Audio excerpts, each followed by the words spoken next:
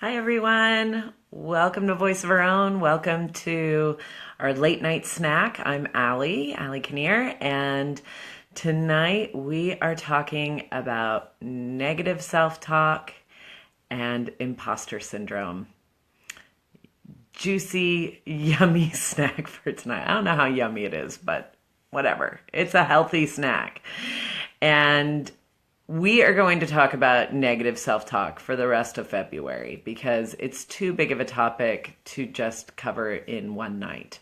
And for those of you who are new to Late Night Snack, this is a time for us to talk just short videos about life and self care and parenting.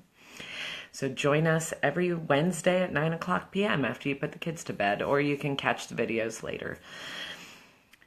So for tonight, around negative self-talk and imposter syndrome, I just wanted to kick off this whole thing with a story from my life about negative self-talk and feeling like an imposter. For those of you who don't know what imposter syndrome is, it's typically people who are highly successful, or in many ways, it could be financially or career-wise or just in general, who just feel like a total fraud. So that's a little bit of context, but let me tell you my story about this.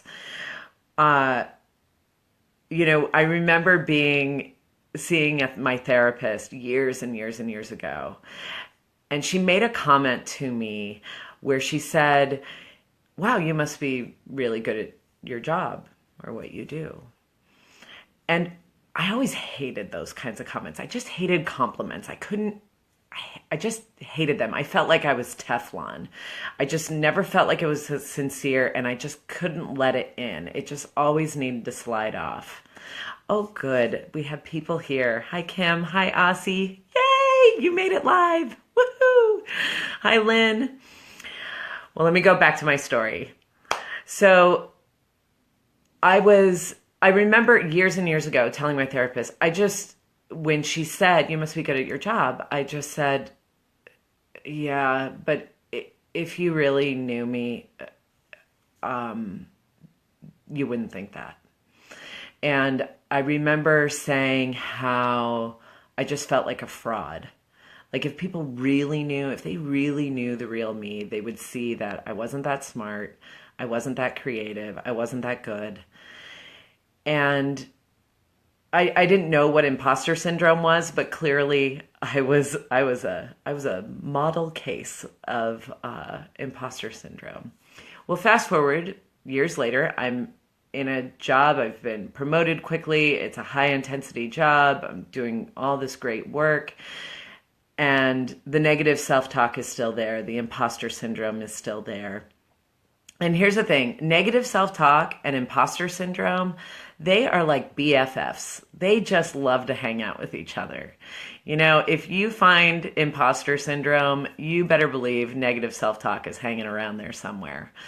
And I remember I got a new boss, and my new boss began to reflect back all of the negative self-talk I had been telling myself for years.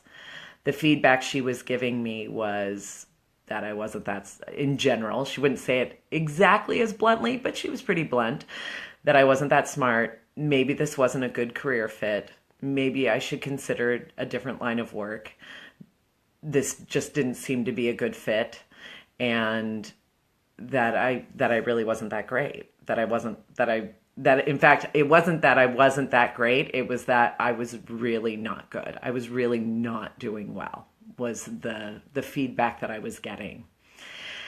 And now in retrospect, I think back to, I remember watching an interview with Oprah Winfrey and Ian Levansant on Super Soul Sunday. And they said, in the conversation, they said something about when your soul is wanting something, when your soul is asking you to change, when your soul is pointing you in a different direction, God will at first throw a pebble to get your attention. And if you don't pay attention, he'll throw you a stone. And if you don't pay attention, then he's throwing a rock through or a brick through your window.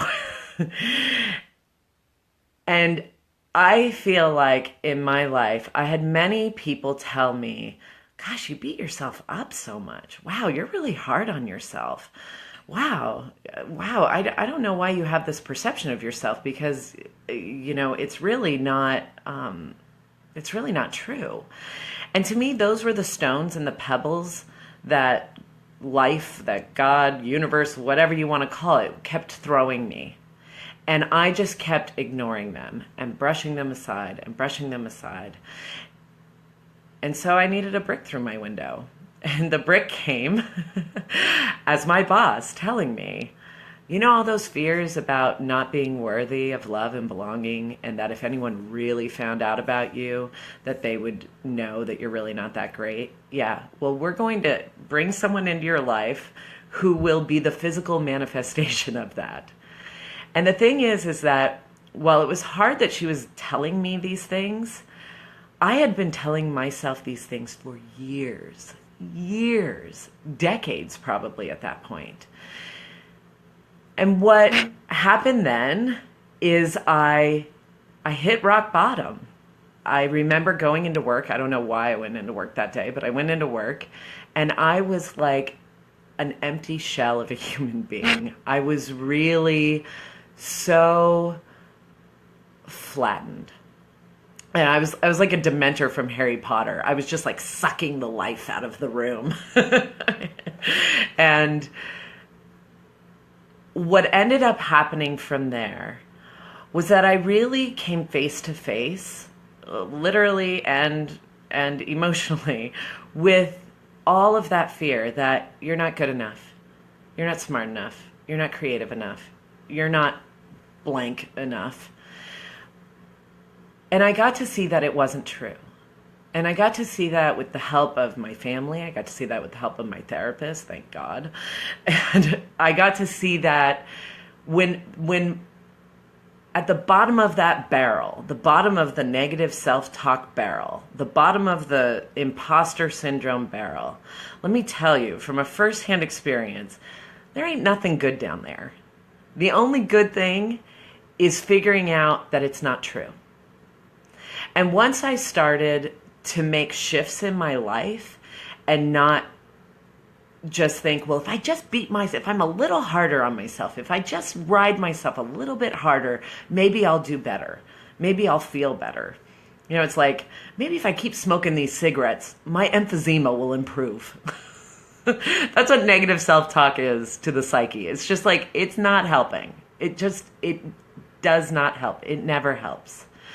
And accountability helps, holding yourself to a high standard helps, but really all of the you're not good enough, you're not good enough, you're not good enough is so ultimately not helpful.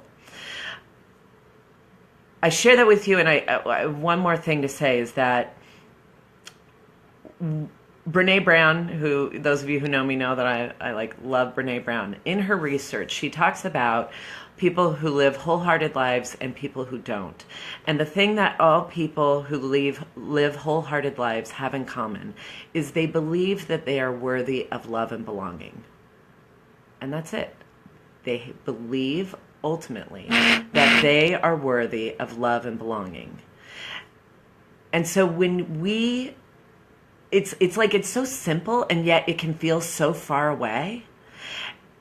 This experience helped me see when I was down at the bottom of the barrel of the negative self-talk that I am worthy of love and belonging.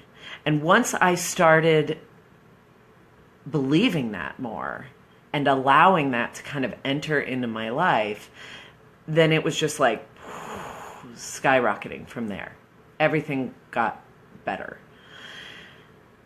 This is a big topic, and I'm not going to be able to talk to you about like all the little steps that need to be taken to like get from point A to point B, to get out of the those patterns and those habits of thinking. But what I will say is let my story be a rock. Let it be a pebble of your soul saying, hey, it doesn't have to be this way. Just I mean, you can go the brick through the window route if you want, but I don't. I only recommend it if you have a really great support system around you. Otherwise, it can be pretty harrowing.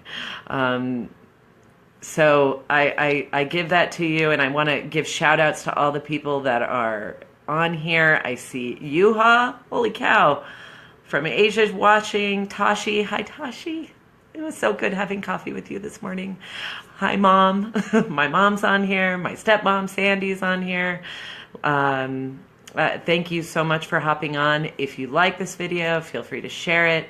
If you have questions about negative self-talk, if you have questions about imposter syndrome, feel free to list them or share them with me. Or if you have your own experiences in breaking the cycle of negative self-talk, feel free to share.